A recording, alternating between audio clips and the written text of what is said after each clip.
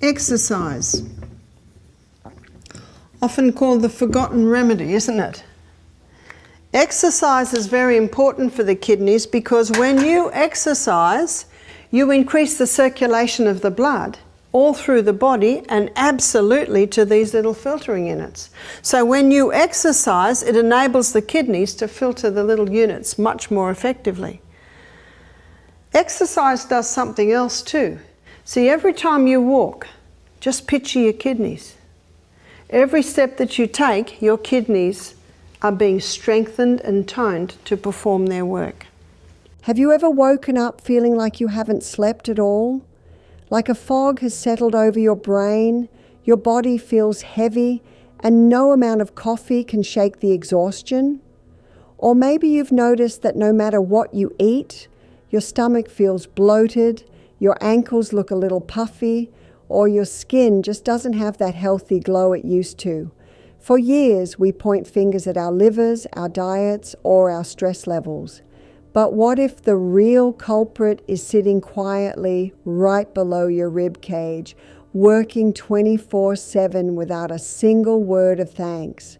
We're talking about your kidneys. Every single minute, about 1 liter of blood flows through your kidneys. That means your entire blood supply gets filtered dozens of times a day.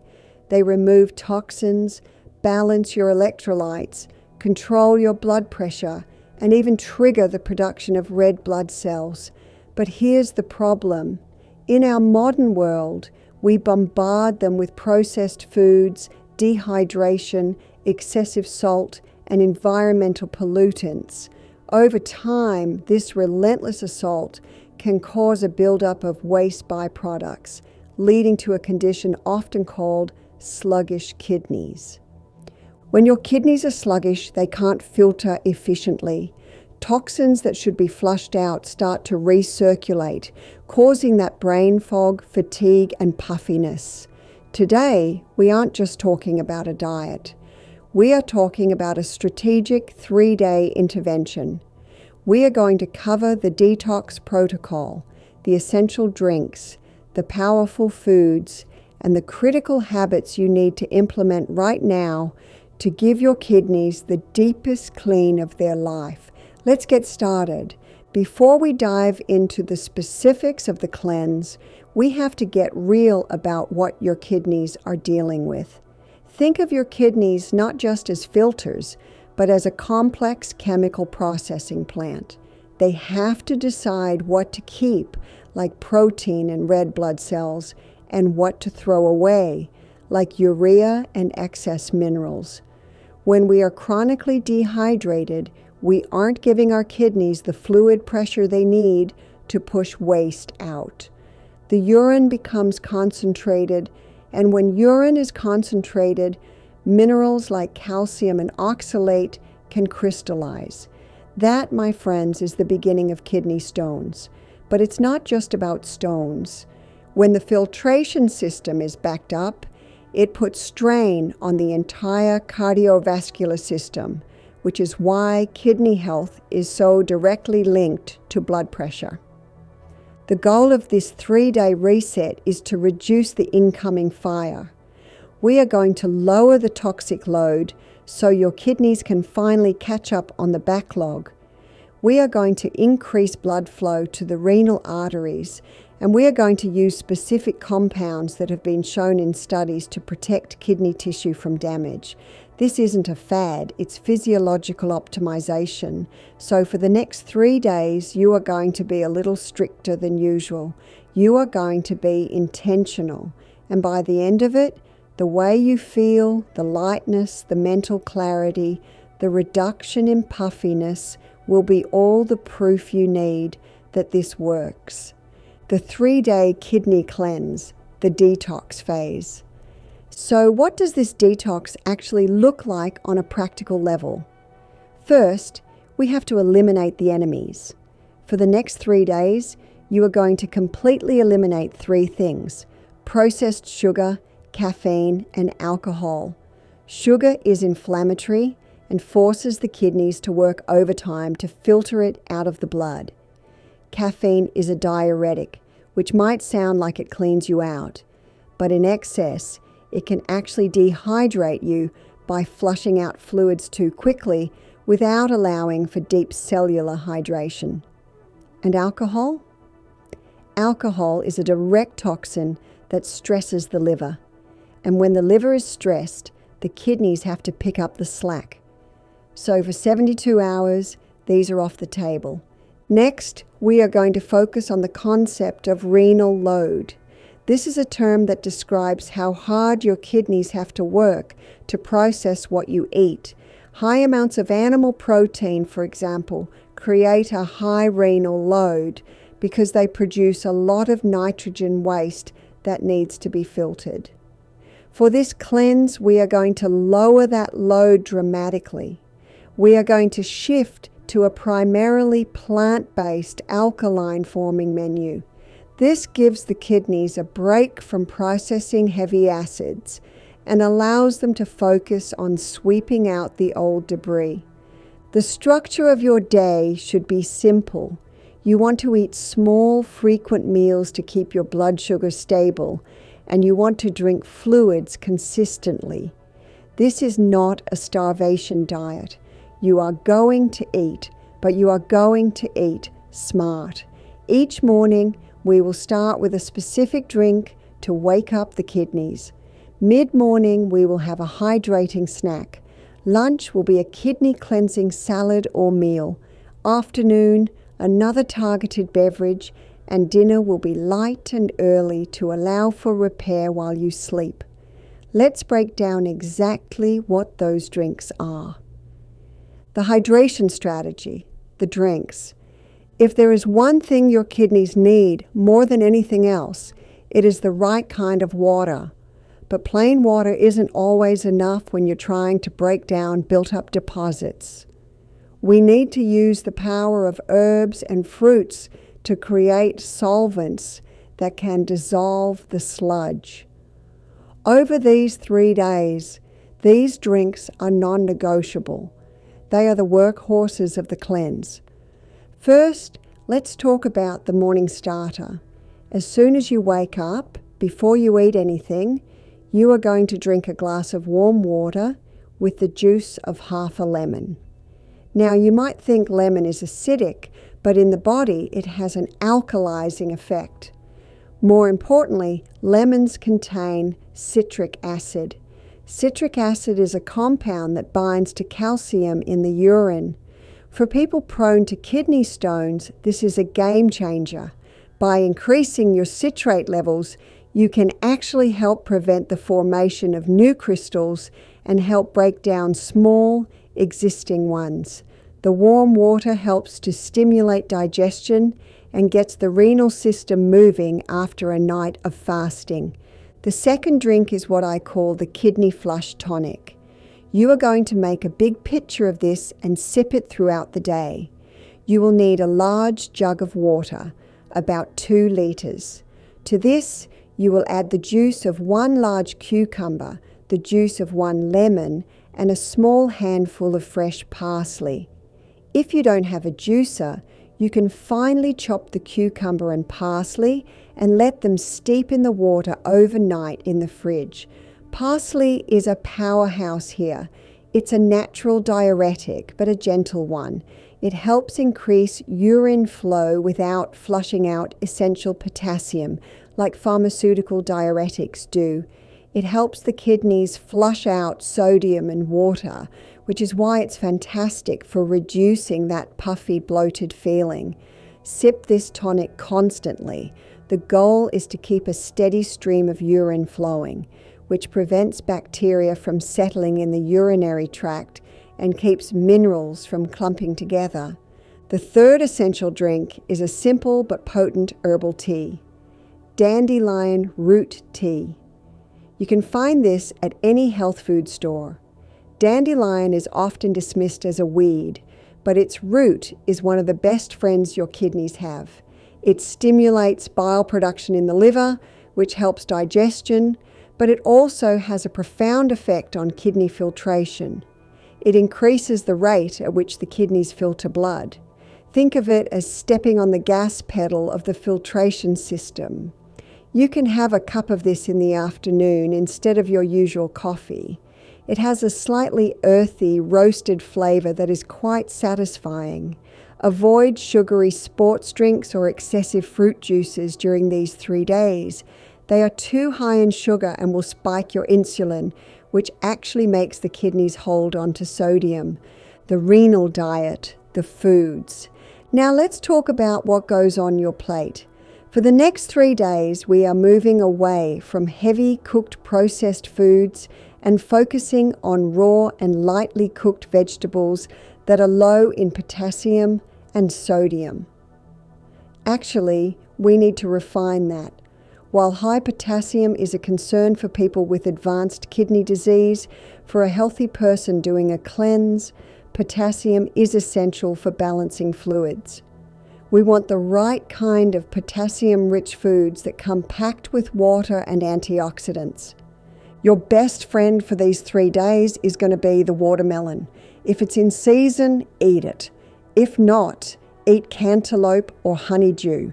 Melons are incredible for kidney health. They have a high water content, which helps with hydration, and they contain a compound that helps increase urine flow. Specifically, watermelon contains lycopene, a powerful antioxidant that protects kidney tissues from inflammation and damage. Enjoy a bowl of fresh melon for breakfast or as a snack. For lunch, you are going to build what I call the kidney salad. Start with a base of dark leafy greens like kale or spinach. Spinach is high in iron, which supports blood health, and the kidneys are all about blood. But we have to be careful with spinach if you have a history of oxalate stones. For a general cleanse, it's fine in moderation. But if stones are a concern, swap it for romaine or butter lettuce. Then add sliced cucumber, which is a superhydrator. Add some red bell pepper for vitamin C, which boosts immunity and acts as an antioxidant. Top it with a handful of berries, blueberries or cranberries. Cranberries are famous for urinary tract health, but not just for infections.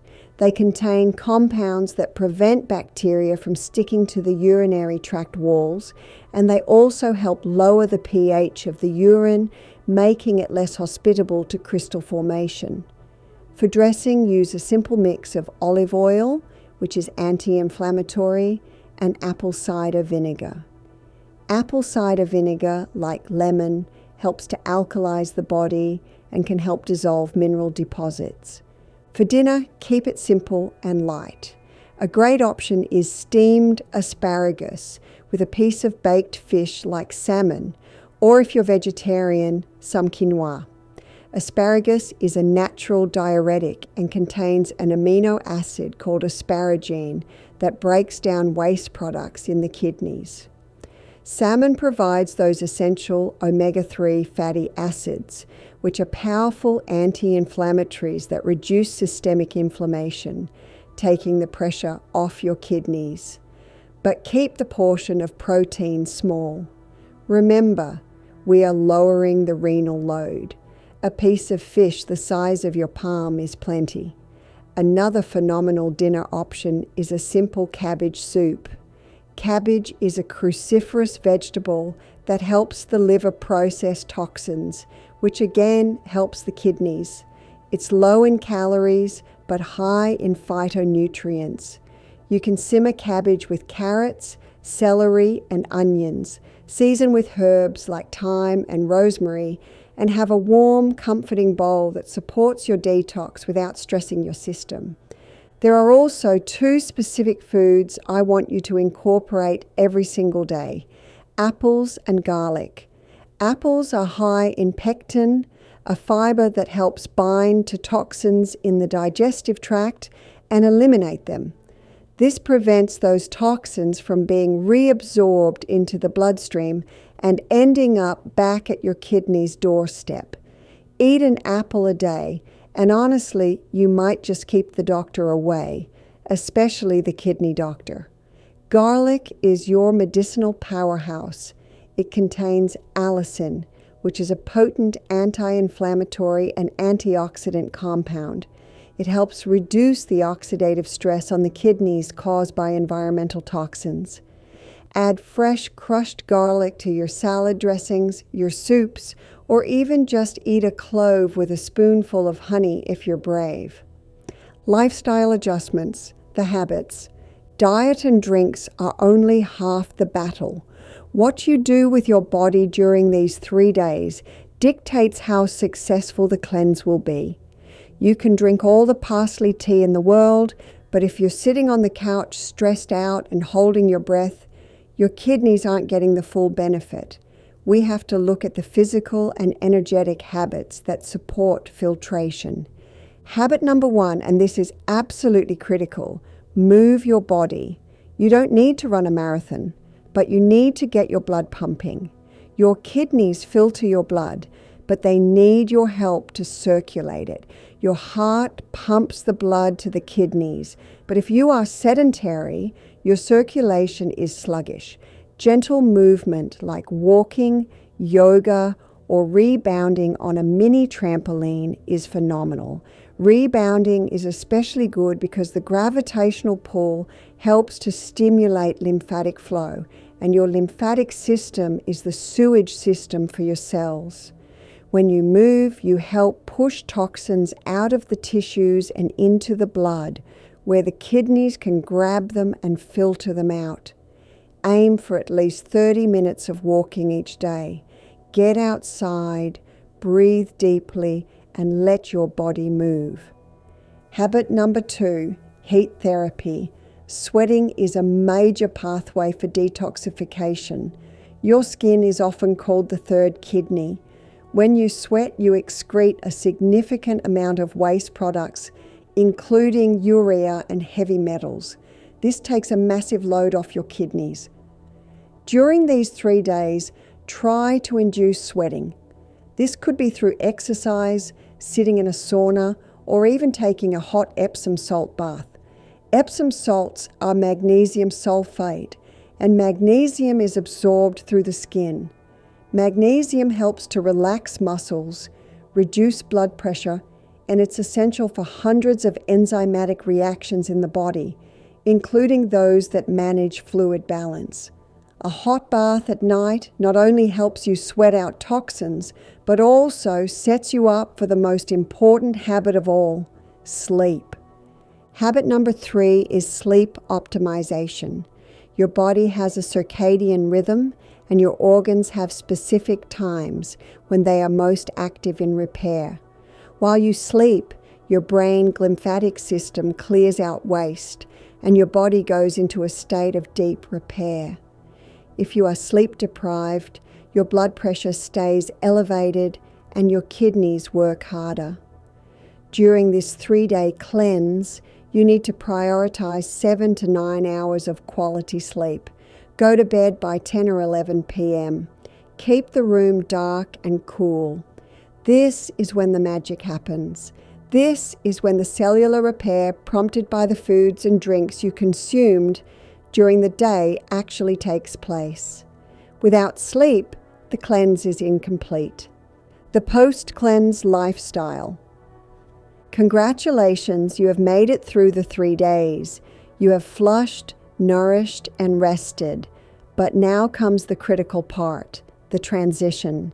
You cannot go from this pristine, clean state back to a diet of fast food and soda and expect the benefits to last. You have to use this experience as a reset for your long-term habits. When you reintroduce foods, do it slowly. On day 4, you might add back in some whole grains like oats or brown rice. A few days later, you can increase your animal protein portions slightly, but pay attention to how your body feels. Notice if the bloating or the fatigue returns. That is your body's feedback mechanism. The goal is to maintain about 80% of the principles you learned here. Keep drinking that water with lemon in the morning. Keep the parsley tonic in your rotation a few times a week. Keep the sugar and processed foods to a minimum. Your kidneys don't ask for much, but they give you everything. They give you clean blood, stable blood pressure, and balanced energy. If you found this protocol useful, if you learned something new about the power of these incredible organs, please take a moment to hit that like button.